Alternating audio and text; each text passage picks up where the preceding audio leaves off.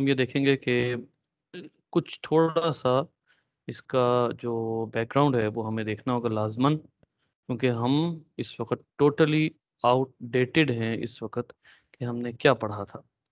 Basically जिन चीज़ों से हम आउटडेटेड हैं उनमें ख़ास तौर पर क्लासिफिकेशन है, और उस क्लासिफिकेशन में हमने जो है वो क्या क्या कुछ पढ़ लिया था। दो वी वर गोइंग एक्सलेंटली, हम जो है वो प्लेटिजोआ तक तो बड़ी कामयाबी से गए थे। प्लेटी हेलमिंथ, सिंडर, मेटा, एक्टोप्रोक्टा, ब्रेकियोपोडा बड़ा कामयाबी से हमने बेहतरीन अंदाज से पढ़ा था।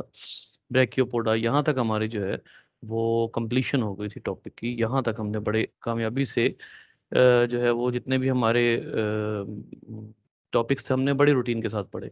बट उसके बाद फिर हमारे यहाँ पर आके ब्रेक आ गया मोलस्का पे। तो उसमें फिर हमने एक ओवरव्यू अब इस वक्त जो है वो बड़ा ज़रूरी जो है वो होना चाहिए। बेटा सबसे पहली बात तो ये है कि हम किंगडम एनिमेलिया में फाइलोजेनेटिक एनालिसिस जो हम पढ़ रहे हैं उसमें हमने एनिमल्स में जो जनरल फीचर्स थे, जो हमने फीचर्स की बेस के ऊपर जो है वो क्लासिफिकेशन की थी कि फीचर्स की बेस के ऊपर क्लासिफिकेशन कैसे हो रही है। और दूसरी एक बहुत इंपॉर्टेंट जो हम क्लासिफिकेशन मुस्तकिल करते आ रहे हैं वो फाइलोजेनेटिक क्लासिफिकेशन है।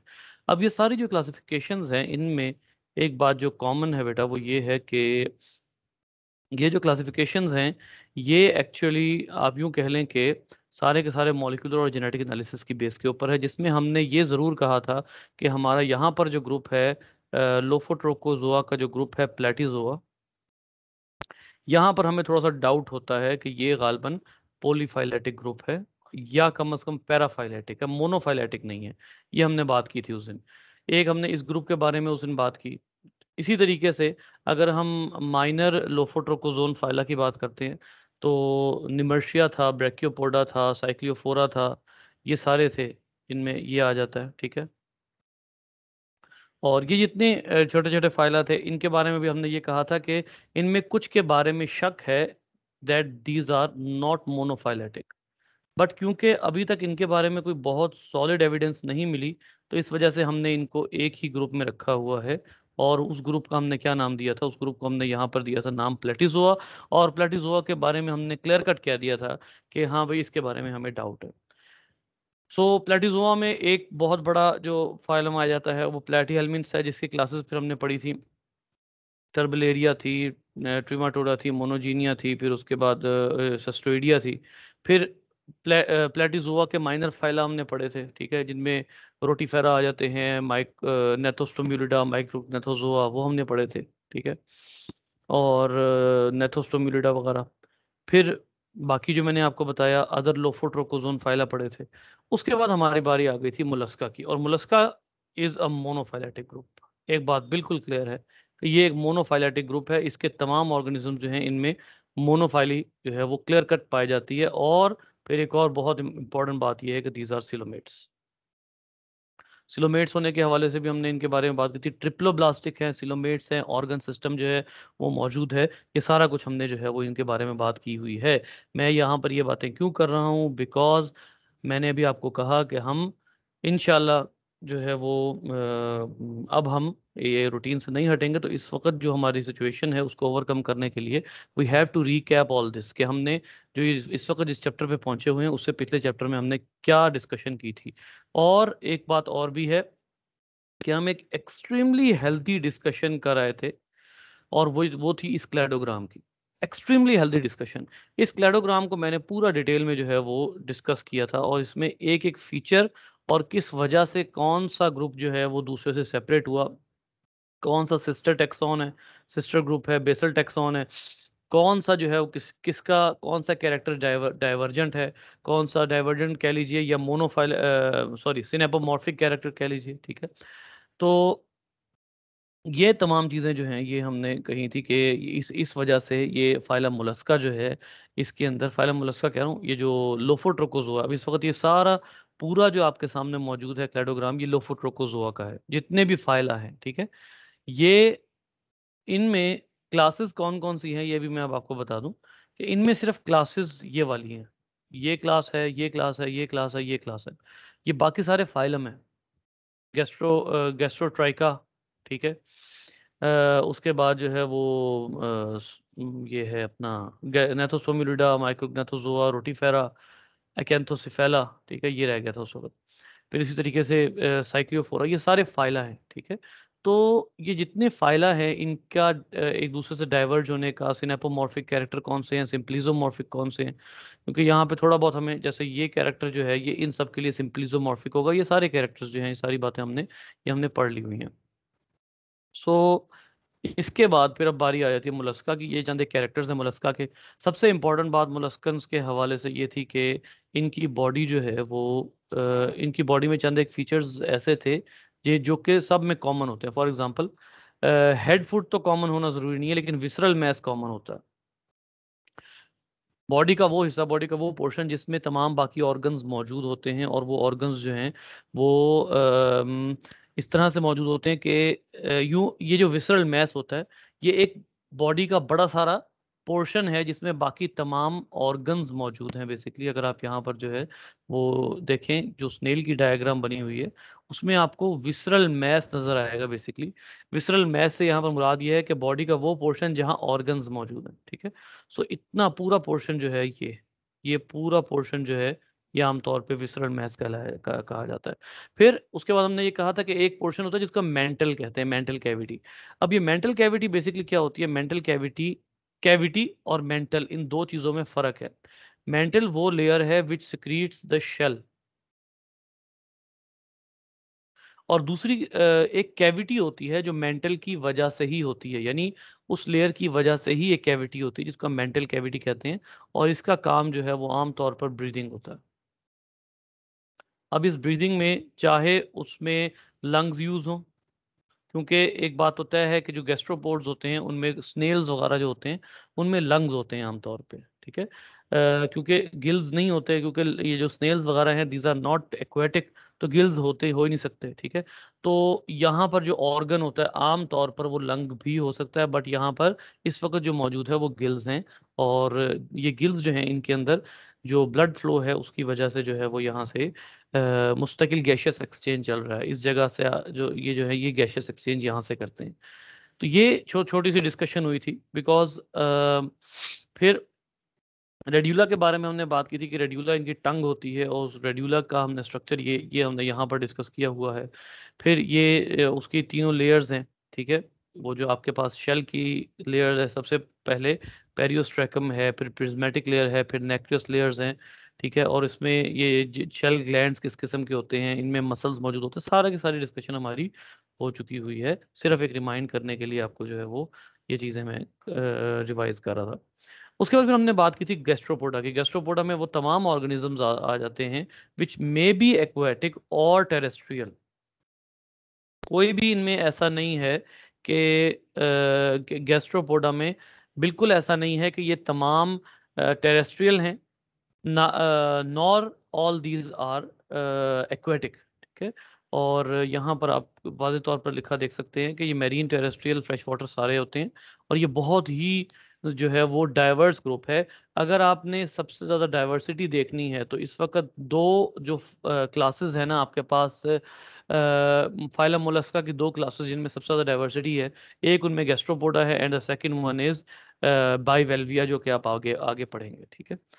फिर उसके अलावा हमने इसमें टॉर्शन देखी थी, जिसके बारे में हमने ये कहा था कि torsion is a very important phenomena, जिसमें वो ऑर्गेनिज्म पूरा एक 180 डिग्री का टर्न लेता है अपनी बॉडी में, खास तौर पर मेंटल कैविटी को हेड के करीब लाने के लिए।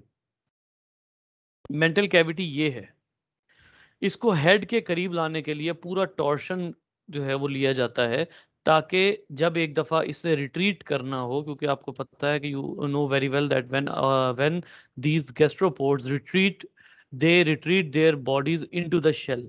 जब ये शेल में अपनी बॉडी को रिट्रीट करते हैं तो उस टाइम पर क्या होता है कि अगर टॉर्शन ना हुई हो, ये केस हो, तो जो फुट हैं, foot moves first inside the shell. सबसे पहले फुट मूव करते हैं, फीट, या फीट कह लें, या बॉडी का जो पोस्टीरियर पोर्शन है, फुट के बजाय आप इसको कह लीजिए पोस्टीरियर पोर्शन। अब जो सबसे वल्नरेबल पार्ट होता है वो जाहिर सी बात है वो हेड होता है। तो अगर पोस्टीरियर पोर्शन से सबसे पहले वो शेल के अंदर जाएगा तो वल्नरेबल पार्ट जो है वो हेड वो बाहर रह जाएगा और उतनी देर में इट कैन बी हंटेड।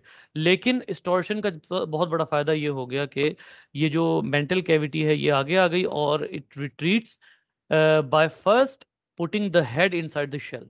ठीक है। फिर उसके बाद यहाँ पर एक और जो इन्होंने इंपॉर्टेंट बात कही वो ये थी कि जो, हाँ, क्योंकि मेंटल कैविटी यहां पर आ गई तो यहां पर जो एक्सचेंज ऑफ गैसेस है वो भी एफिशिएंट हो गई। एक्सचेंज ऑफ गैसेस वो भी एफिशिएंट हो गई, यानी जिस तरफ स्नेल जा रहा है, for example snail is moving towards forward, ठीक है, तो जो वाटर होगा वो ऐसे आएगा और इस तरह से आकर यहाँ से इसको गैशियस एक्सचेंज कर लेगा, या जो भी एयर आएगी वो यहाँ से गैशियस एक्सचेंज कर लेगी। तो गैशियस एक्सचेंज जो है वो बेटर हो गया। ठीक है। ठीक इसी तरीके से आगे देखते हैं हम कि जो थर्ड, सॉरी, फिर उसके बाद जो है यहाँ पर एक एडवांटेज इन्होंने और भी लिखा हुआ है गालबन, सेंसरी ऑर्गन्स जितने भी हैं मेंटल की वजह से सेंसरी ऑर्गन्स फ्रंट पे आ गए। आपको पता है कि जो बेटर पोर्शन है जहां पर सेंसरी ऑर्गन्स मौजूद होने चाहिए वो एंटीरियर पोर्शन है, ना कि पोस्टीरियर पोर्शन है। यहाँ पर एक चीज़ और भी है कि ये यहाँ पर जब इनके अंदर टॉर्शन हुई और इनकी बॉडी में इस तरह की मूवमेंट हुई तो गौर कीजिए कि इनका जो स्टमक है उसकी शेप भी कर्व्ड हो गई। गिल्स अगर पीछे थे तो वो आगे आ गए। ठीक है, माउथ के करीब, ये माउथ है, गिल्स करीब आ गए, ये इसके हेड है ना, ये देखिए, ये इसके सेंसरी ऑर्गन्स है दोनों, ये इसके सेंसरी ऑर्गन्स हैं। तो माउथ जो है वो फ्रंट पे आ गया, बिल्कुल इसी तरीके, माउथ कह रहा हूँ, गिल्स गिल्स फ्रंट पे आ गए। उसके साथ साथ जो है वो जो एनस जो है उसका, यानी डाइजेस्टिव मटेरियल, हाँ ये थोड़ा सा था, ये थोड़ा सा प्रॉब्लम है टॉर्शन के साथ कि अगर एनस जो है वो मेंटल कैविटी में, क्योंकि एक बात होता है कि जो एनस है इट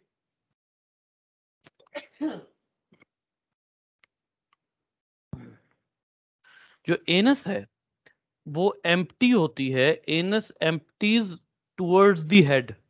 ये एक थोड़ा सा प्रॉब्लम है जो टॉर्शन के बाद आया, क्योंकि गौर कीजिए पहले ये एनस यहां मौजूद है, दिस इज एनस, लेकिन अब जब टर्न आया है तो this anus is now closer to mantle cavity, यहां मेंटल कैविटी है।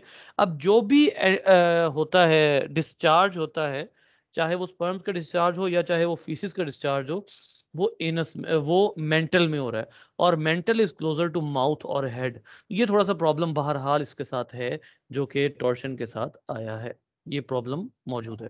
इसके बाद चलते हैं जी शेल कॉइलिंग की तरफ।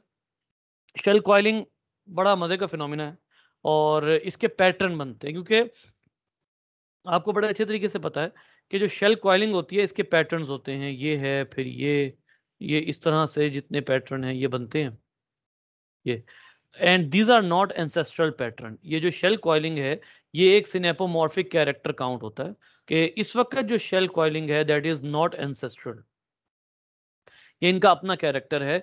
ये यूं कह लीजिए कि इसने, ये वो कैरेक्टर है कि जिसने इनको एंसेस्टर से डाइवर्ज किया है। फिर इसी तरीके से इनमें शेल के हवाले से एक बहुत जो मज़े की बात है जो आप पढ़ेंगे यहाँ पे, वो ये है कि ये जो इनके शेल्स होते हैं इनमें एक साइड पे जगह ज़्यादा होती है, दूसरी साइड पे जगह कम होती है। ये देखिए, ये जो शेल है इसमें सबसे बड़ा चेंबर ये है, ये, अब इस, ये साइज दूसरी तरफ नहीं होगा। वन साइडेड चैम्बर, जो बिगर चैम्बर है वो वन साइडेड होता है, यानी कि जो चैम्बर होता है असल में जिसमें सारे बॉडी का सारा जो विसरल मैस होता है वो इस तरफ होता है। इसको अगर आप इधर अप्लाई करें तो बेसिकली ये वाली जो बाहर का शेल है ये इस जगह पे है, वो जो बाहर का शेल है ना वो सारा इस जगह पे है, इस साइड पे, it is not on the opposite side. तो जो सारा विसरल मैस होता है, क्योंकि उसको शेल के अंदर रखना होता है, लिहाजा सारा विसरल मैस इस बड़े पोर्शन में आ जाता है। तो इसका मतलब ये हुआ कि स्नेल इज, यू कह लीजिए, बेंट ऑन वन साइड,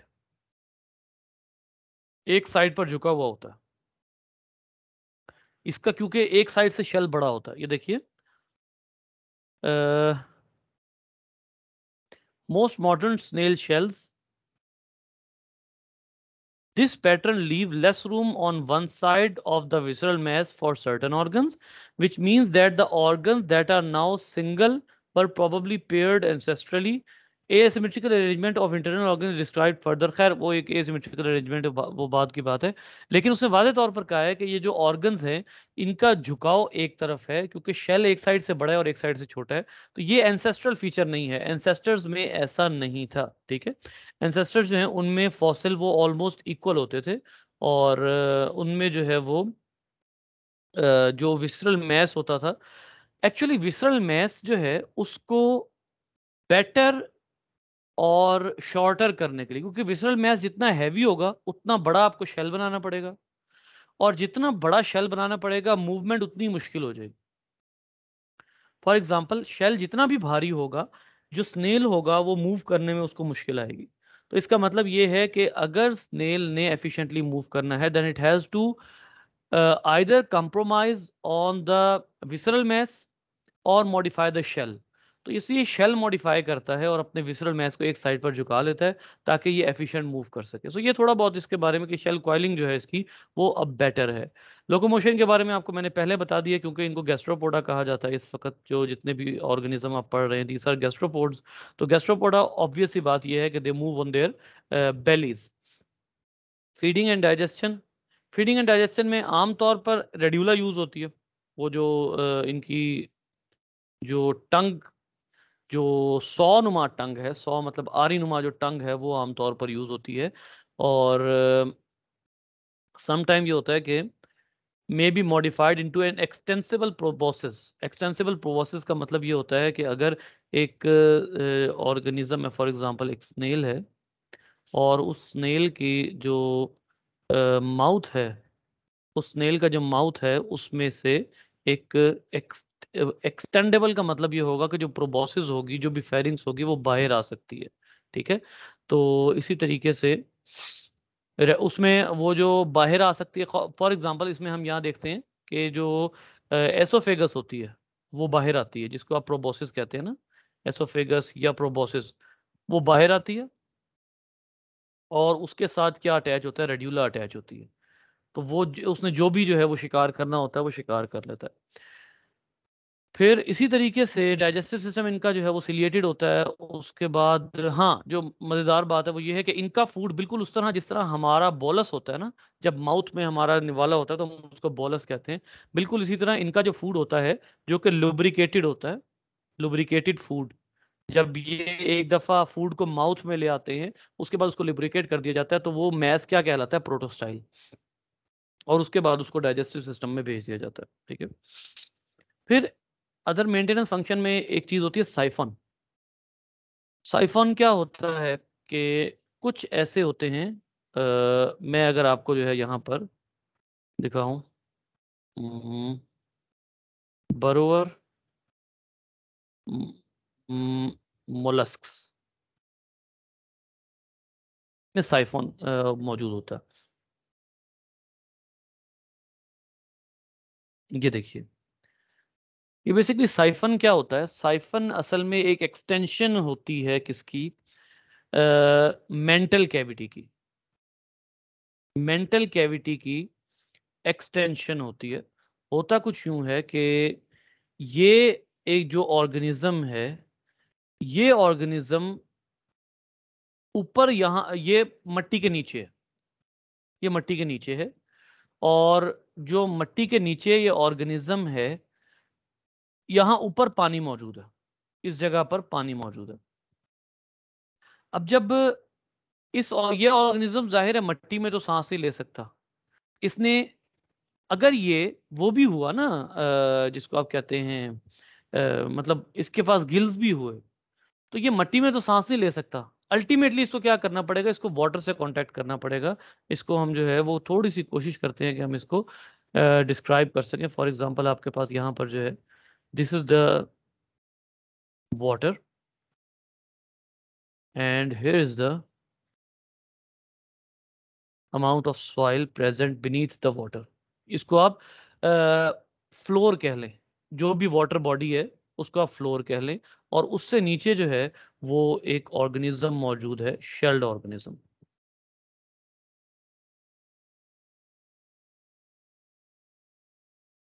यहाँ मौजूद है ऐसे। अब ये बरोवर होगा तो मे बी ये इस तरह ना मौजूद हो, बट चले कोई बात नहीं, ये ऐसे मौजूद है, ठीक है। अब यहाँ जो असल बात है वो ये है कि इस ऑर्गेनिज्म को गैशियस एक्सचेंज के लिए, क्योंकि ये बरो हुआ है, तो इसको गैशियस एक्सचेंज के लिए जगह नहीं मिलेगी। गैशियस एक्सचेंज के लिए इसको कोई ना कोई ऐसा काम करना पड़ेगा कि जिसके जरिए ये अपने गिल्स को, gills should be in direct contact, in direct contact with the water. लेकिन अब मजबूरी ये है कि एक तो बरो हुए हैं, लिहाजा ये डायरेक्ट कांटेक्ट में नहीं हो सकते। अब क्या होता है, ये अपने मेंटल से एक पर्टिकुलर किस्म की डक्ट निकालते हैं, जिस डक्ट को आप न्यूमोस्टोम भी कहते हैं, जैसे यहाँ पे आप देखेंगे न्यूमेटोस्टोम या न्यूमोस्टोम भी आप उसको नाम देते हैं। गिल्स आर लॉस्ट, अच्छा सॉरी, यहाँ नहीं लिखा हुआ, वो आगे लिखा हुआ, खैर। अब ये जो है ये साइफन, इनको यहाँ पर क्या नाम दिया गया है, न्यूमोस्टोम नहीं कहा गया, इनको यहाँ पर नाम दिया गया साइफन। ये साइफन्स है। अब ये साइफन्स जो हैं ये बेसिकली यहाँ ओपन होते हैं वाटर में। ये क्या होगा, यहाँ से वाटर लेंगे, ठीक है, और एक्सचेंज होके वाटर जो है वो मुस्तकिल वाटर आता जाता रहेगा, और यहाँ पर गैशियस एक्सचेंज होगा। तो इसका मतलब ये हुआ कि अगर ये वाटर से गैशियस एक्सचेंज कर रहे हैं then these must have the gills, क्योंकि आपको अच्छे तरीके से पता है कि जब एक्सचेंज वाटर के साथ होगा तो वहां पर गिल्स मौजूद होंगे। तो गिल्स जो हैं उसके जरिए ये एक्सचेंज करते हैं। This is the benefit of the siphons, ठीक है। तो लेकिन कुछ होते हैं इनमें जिनको इन्होंने नाम दिया हुआ पल्मोनेट्स का। पल्मोनेट्स कौन से होते हैं, जिनके पास लंग्स होते हैं, या फिर इनके पास जो है लंग्स लाइक ऑर्गन्स होते हैं। पल्मोनेट्स, पल्मोनरी, पल्मो का मतलब ये है कि दे, बेसिकली इसको रेफर इसलिए किया गया है कि इनके साथ जो गैशियस एक्सचेंज होगा वो एयर में होगा। पल्मोनेट्स, गैस्ट्रोपोड्स में पल्मोनेट्स वो होंगे जिनका, जिनके पास गैशियस एक्सचेंज जो होगा वो एयर के जरिए होगा, और जो बाकी होंगे उन्होंने, जाहिर है गिल्स उनके पास हैं, तो गिल्स में जो भी गैशियस एक्सचेंज होता है वो वाटर के जरिए होता है। तो गैस्ट्रोपोड्स में वो ग्रुप ऑफ ऑर्गेनिज्म जो एयर से एक्सचेंज करते हैं उनको पल्मोनेट्स कहते हैं। फिर हाइड्रोलिक स्केलेटन सारा दिखाया हुआ है, फिर ओपन सर्कुलेटरी सिस्टम है इनमें। तो मोलस्का में सिर्फ सेफ्लोपोड्स ऐसे होते हैं जिनमें क्लोज सर्कुलेटरी सिस्टम होता है। फिर रिप्रोडक्शन है, ये दोनों तरह के होते हैं बेटा, ये डायशियस भी होते हैं, मोनोइशियस भी होते हैं। डायशियस वो हैं जिनमें मेल और फीमेल डिफरेंट हैं। मोनोइशियस ये हैं कि जिनमें मेल और फीमेल ऑर्गन्स दोनों एक ही ऑर्गेनिज्म में मौजूद हैं, and they use their own male organ to penetrate into the female organs, female reproductive tract. और वहां पर फिर ये जो है वो जब एक दफ़ा फर्टिलाइजेशन हो जाती है तो फिर ये म्यूकोसेक्रीट करते हैं, प्रोटेक्टिव जेली बनती है, और फर्टिलाइज्ड एग के अराउंड कैप्सूल वगैरह बन जाते हैं। इनका जो लार्वा होता है वो पहले होता है ट्रोकोफोर लार्वा। ट्रोकोफोर लार्वा याद होगा आप लोगों को, इस शेप का लार्वा है, ठीक है। पहले इनका लार्वा ट्रोकोफोर होता है, लेकिन उसके बाद क्या होता है कि वही लार्वा फिर, क्योंकि ट्रोकोफोर जो है वो प्योरली स्विमिंग होता है, स्विमिंग लार्वा। लेकिन आगे जाकर क्या होता है कि इनका एक और लार्वा जो है वो बन जाता है जिसके पास फीट होते हैं। फ्री स्विमिंग होता है, स्विमिंग कर सकता है, लेकिन उस लार्वा के पास फीट होते हैं जिसको वेलिगर लार्वा कहते हैं। तो ये स्टेजेस हैं लार्वा की, लार्वा जो है वो मॉडिफाई हो जाता है। आगे आ जाती है गैस्ट्रोपोड डाइवर्सिटी। गैस्ट्रोपोड डाइवर्सिटी जो है वो एक ऐसा टॉपिक है जिसमें आप ये देखेंगे कि इनमें क्लासेस कौन सी हैं। फॉर एग्जांपल अगर अभी तक आपने जो है वो ये पढ़ा था कि लोफोट्रोकोजोआ जो है उसमें आपने सबसे पहले प्लेटिजोआ देखा था, फिर उसके बाद आपने पिछले चैप्टर में अदर लोफोट्रोकोजोन फाइला देखे थे, जिनको भी थोड़ी देर पहले मैंने नेम दिया था, साइक्लोफोरा निमर्शिया, साइक्लोफोरा निमर्शिया, ब्रैकियोपोडा, ठीक है। तो एक्टोप्रोक्टा वो इसमें आते हैं सारे, ठीक है। अदर में मैं लिख देता हूँ यहाँ पर, साइक्लोफोरा, ब्रैकियोपोडा, फिर निमर्शिया, और फिर एक्टोप्रोक्टा, वो सारे इसमें आते हैं। उसके बाद आ जाइए फिर लोफोट्रोकोजोआ में, अब कौन सा फाइलम आ जाना है, अब आना है मोलस्का। ठीक है, अब मोलस्का में आगे आप देखते हैं कि इस वक्त आप कौन सी क्लास पढ़ रहे थे, आप इस वक्त क्लास पढ़ रहे थे गैस्ट्रोपोडा।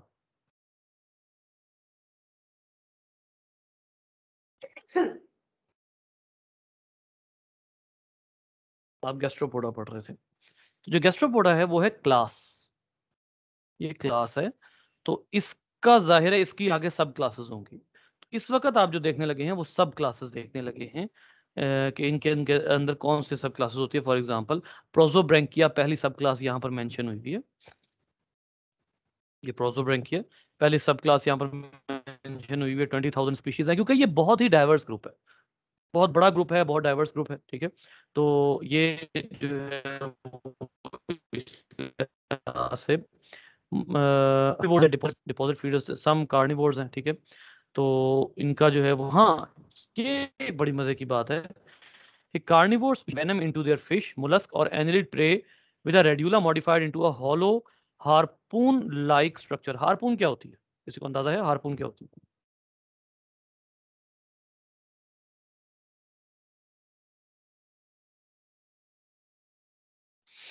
हाँ जी बेटा, हार्पून एक ऐसी गन है जो जंगों में यूज होती है, और ये पानी के अंदर यूज होने वाली गन होती है। वैसे जंगों में जरूरी नहीं है, हार्पून एक पर्टिकुलर गन है जो हंटिंग में यूज होती है। वॉर में ना भी कहा जाए तो बेटर है।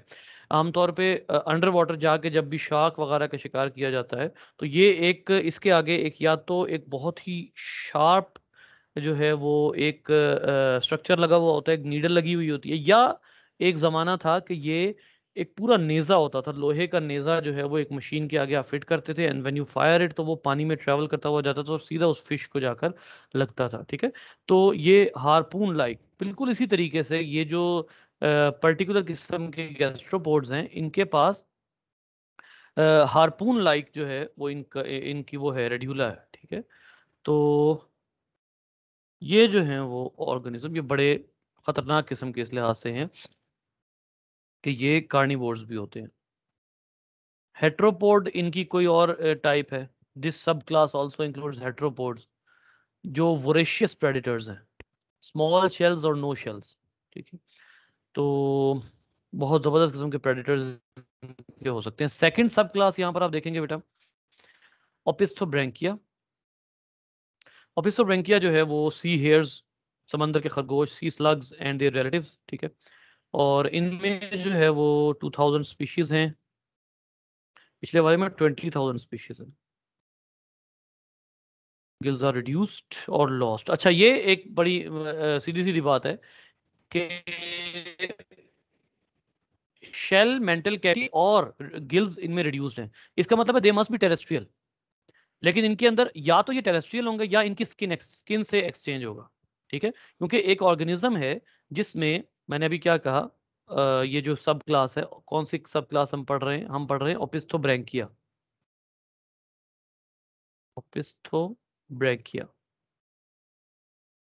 इनमें वो कहता है शेल भी नहीं है, मेंटल कैविटी भी नहीं है, नो मेंटल कैविटी, और जो तीसरी चीज इनमें नहीं है वो है कि नो गिल्स। तो इसका मतलब है फिर ये प्रॉब्लम क्या आ जाएगी, this problem has only one solution, कि ये स्किन के जरिए एक्सचेंज कर ले, ये स्किन के जरिए एक्सचेंज कर ले, जो भी गैसेस हैं जो इन्होंने एक्सचेंज करनी होती है वो इसके जरिए जो है वो कर लेंगे। और ये नाइडेरियन प्रे से निमेटोसिस्ट ले लेते हैं, अनडिस्चार्ज निमेटोसिस्ट, और उसके जरिए अपने जो प्रे हैं, अपने जो प्रेडेटर्स हैं उनको डराते हैं। ये गौर कीजिए, लिखा हुआ है कि many acquire undischarged nematocysts from their Cnidarian prey which they use to ward off predators। अपने predators को भगाने के लिए ये नाइडेरियन से निमेटोसिस्ट लेते हैं। ठीक है, फिर इसके बाद एक तीसरी सब क्लास आ जाती है पल्मोनेटा। आपने सबसे पहले कौन सी पढ़ी थी, प्रोजोब्रैकिया, प्रोजोब्रैंकिया। दूसरी है ओपिस्थोब्रैंकिया। ठीक है, और तीसरी अब पल्मोनेटा है। पल्मोनेटा क्या वाजे कर रहा है, पल्मोनेटा वाजे कर रहा है कि ये टेरेस्ट्रियल होंगे। प्रीडोमिनेटली फ्रेश वाटर और टेरेस्ट्रियल, क्योंकि इनके पास जो है वो गिल्स कम होंगे। The mantle cavity of pulmonate gastropod is highly vascular and serve as a lung. ये देखिए, इस वजह से आप इसको पल्मोनेटा कह रहे हैं, इसीलिए मैंने फौरन गेस कर लिया था कि ये पल्मोनेटा है बेसिकली। ये वो न्यूमोस्टोम है जो मैंने स्ट्रक्चर आपको बनाकर दिखाया है बेसिकली। अब आइए अब असल स्ट्रक्चर के ऊपर। बेटा ये जो पोर है ना, ये जो सुराख है जिसके जरिए वाटर एंटर हो रहा है, ये जो वाटर एंटर हो रहा है, इस पोर को आप कहते हैं साइफन। इस पोर को आप कहते हैं साइफन। लेकिन ये जो पूरा स्ट्रक्चर है ये क्या कहलाता है? ये न्यूमोस्टोम होता है। इसीलिए मैंने उस वक्त आपको नहीं बताया था, मैंने कहा चलें अभी सीधी सीधी बात कर लेते हैं। वो क्या कहता है और कीजिएगा, वो कहता है कि एयर और वाटर मूव्स इन और out opening of the mantle cavity, the pneumostome. ठीक है, ये पूरा मेंटल कैविटी का ये पूरा जो है ये न्यूमोस्टोम है, और जो इसका पोर होता है उसको आप साइफन कहते हैं। तो वहां से जो है वो एंट्री होती है वाटर की या एयर की, और वहां से फिर एक्सचेंज होता है मटेरियल्स का। जी बेटा, एनी प्रॉब्लम?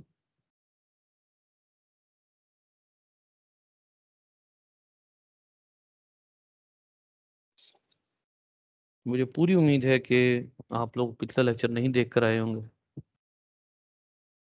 बहुत कम आप में से होंगे जो पिछला लेक्चर देख कर आए हैं। भाग कौन गया?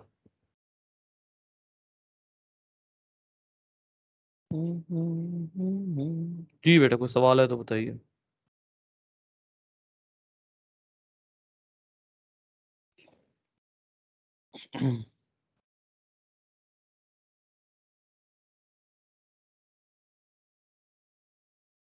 कोई सवाल नहीं है?